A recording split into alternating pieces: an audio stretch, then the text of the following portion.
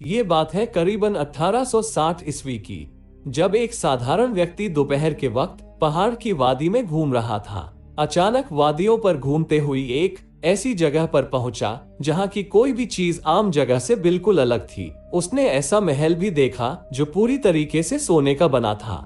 दोस्तों, आपको जानकर आश्चर्य होगा कि वो गया तो था साधारण इंसान बनकर, लेकिन जब वो उस दूसरी दुनिया से लौटा तो वो एक उच्च कोटि का सन्यासी यानी साधु बन चुका था। उसने ये पूरी घटना जब दुनिया के सामने रखी तो सभी लोगों ने दांतों तले उंगली दबा ली। ये घटना बिल्कुल सच्ची है और हैरान कर देने वाली है। आखिर कौन है वो इंसान जिसने दूसरी दुनिया की यात्रा की और साधु बनकर वापस लौटा? आखिर उसने वहां पर क्या क्या देखा और किन रहस्यमयी लोगों से मिले? इन सारी बातों को जानने के लिए इस वीडियो को बड़े ध्यान से और अंत तक जरूर देखिए। नमस्कार दोस्तों, आपका स्वागत है हमारे YouTube चैनल अद्भुत भारत दर्शन में। वीडियो अच्छा लगे तो वीडियो को लाइक कर चैनल को सब्सक्राइब करना न भूलेंगे। वीडियो को शुरू करने से पहले आप सबों से अनुरोध होगा, एक बार सच्चे दिल से कमेंट बॉक्स में जाके हर हर महादेव लिख दीजिएगा। तो चलिए वीडियो को शुरू करते हैं। 1860 ईस्वी में उत्तराखंड के रानीखेत इलाके में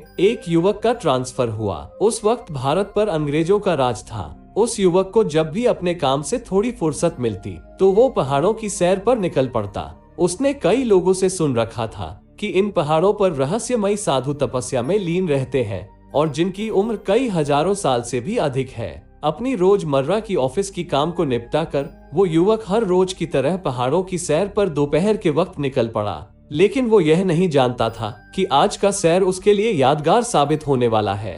दोस्तों, ये घटना रानीखेत के दूनागिरी की पर्वतीय श्रृंखलाओं में स्थित कुक्कू चिला नामक स्थान की एक गुफा के पास घटी थी। पहाड़ी पर भ्रमण करते वक्त उसके कानों में आवाज आई। उसे ऐसा लगा कि कोई उसका नाम लेकर पहाड़ी के ऊपर से आवाज लगा रहा है। वो दूनागिरी की ऊंची पहाड़ी पर चढ़ने लगा। ये भी चिंता थी कि ज्यादा ऊंचाई में चले जाने पर अंधेरा हो जाने तक वो कैसे लौटेगा। आखिरकार वह पहाड़ी के ऊपर एक समतल स्थान पर पहुंच गया जहां चारों ओर छोटी छोटी गुफाएं थी और उसी पहाड़ी पर एक रहस्यमयी युवक मुस्कुराते हुए हाथ फैलाए खड़ा था, जैसे कि वो स्वागत कर रहा हो। उसकी वेशभूषा एक योगी की तरह थी। उस रहस्यमयी योगी ने उस युवक से पूछा कि लाहिरी, तुम आ गए, आओ अब यहीं गुफा में विश्राम करो, मैंने ही तुम्हें पुकारा था। दोस्तों, उस पहाड़ पर चढ़ने वाले युवक का नाम श्यामा चरण लाहिरी महाशय था। अब लाहिरी महाशय जी ने ये सोचा कि योगी को मेरा नाम कैसे मालूम चला,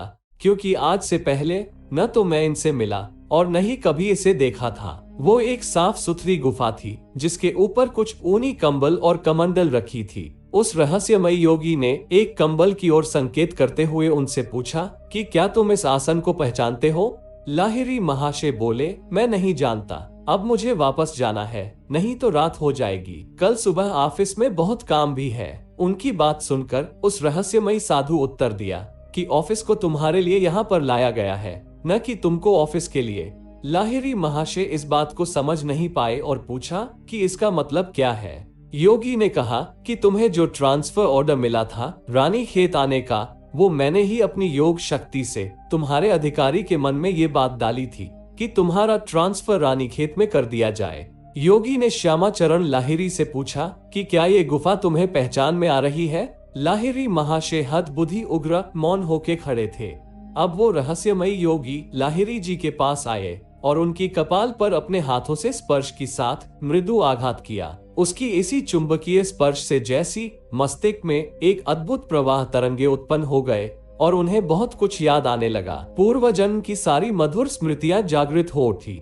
लाहिरी जी को तुरंत ही एहसास हुआ, अरे ये तो मेरे गुरु है बाबा जी, और यही वो गुफा है जहाँ पर मैंने कई वर्षों तक साधना की थी। उस रहस्यमयी योगी ने कहा कि मैंने यहाँ पर सैकड़ों सालों से भी अधिक समय से तुम्हारी प्रतीक्षा की है। तुम मुझे नहीं देख सकते थे, पर मेरी दृष्टि सदा तुम पर लगी थी। जब तुमने माता की गर्भ में नियमित काल पूरा करके शिशु को जन्म लिया, तब भी मेरी दृष्टि तुम्हारी ऊपर थी। तुम बचपन में नदी की बालू में अपनी छोटी शरीर को छुपाने का खेल करते थे। मैं तब भी वहाँ अदृश्य रूप में उपस्थित रहता था। सैकड़ों बरसों तक आज की शुभ दिन के लिए मैंने तुम्हारी प्रतीक्षा की है। अब तुम मेरे पास आ गए हो। ये देखो, ये ही तुम्हारी प्रिय गुफा। तुम्हारे लिए मैंने इसे हमेशा साफ सुथरा रखा है। यही है तुम्हारा पवित्र कंबल आसन, जिस पर बैठकर तुम प्रतिदिन ध्यान किया करते थे। और यही है वो पीतल की कटोरी, जिससे तुम मेरे द्वारा बनाए गए औषधि रस का पान किया करते थे। देखो, इसे मैंने कितना चमका कर रखा है। अब से तुम इसका फिर से प्रयोग करोगे। मेरे बच्चे, क्या तुम अब सब कुछ समझ गए हो? लाहिरी आसिम आनंद से भर उठे।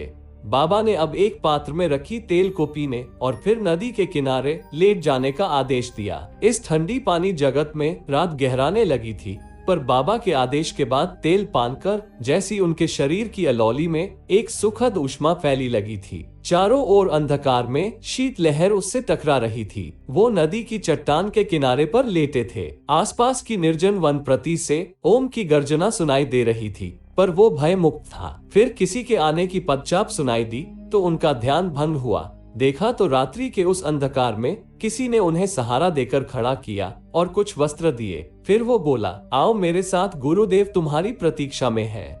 दोनों जंगल से होकर गुजरने लगे। आगे एक मोड़ पर लाहिरी महाशय को दूरी प्रकाश पिंड दिखाई दिया। लाहिरी जी बोले, लगता है सूर्योदय हो गया।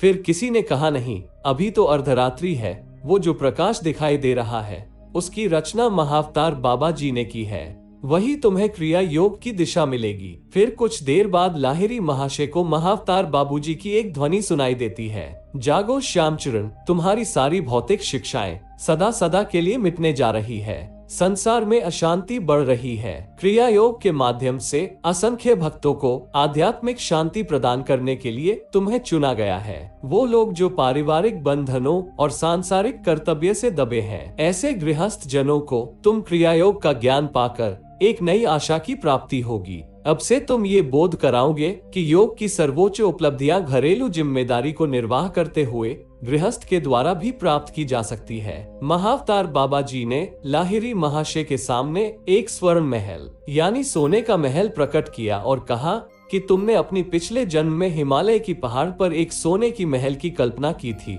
और ये वही कल्पना का स्वरूप है। लाहिरी महाशय, जिन्हें एक दुर्लभ ज्ञान मिल चुका था, उनकी सामने अब सोने, चांदी, हीरे और मोती की क्या औकात। इसीलिए उस सोने का महल देखते ही देखते गायब हो गया। दोस्तों, श्यामाचरण लाहिरी महाशय जी किसी परिचय के मोहताज नहीं है। उन्होंने सांसारिक जीवन जी रहे लोगों को क्रिया योग के माध्यम से परमानंद की प्राप्ति करवाए। उन्होंने भी जीवन में लोगों के समक्ष कई चमत्कार किए और महाअवतार बाबा जी भी उनसे समय समय पर भेंट करने आया करते थे। श्यामाचरण लाहिरी जी ने क्रिया योग को पुनः जीवित करके समाज का जो कल्याण किया, उनकी इस कड़ी साधना के लिए हम सब उनको कोटि कोटि नमन करते हैं। दोस्तों, वीडियो अच्छा लगे और मेरा काम आप सभी को पसंद आए तो इस वीडियो को एक लाइक, शेयर और चैनल पर अगर नए हैं तो चैनल को सब्सक्राइब भी जरूर कर लेंगे। बस आज के लिए इतना ही। मिलते हैं हमारे नए वीडियो के साथ। तब तक के लिए आप सभी दर्शकों को हर हर महादेव।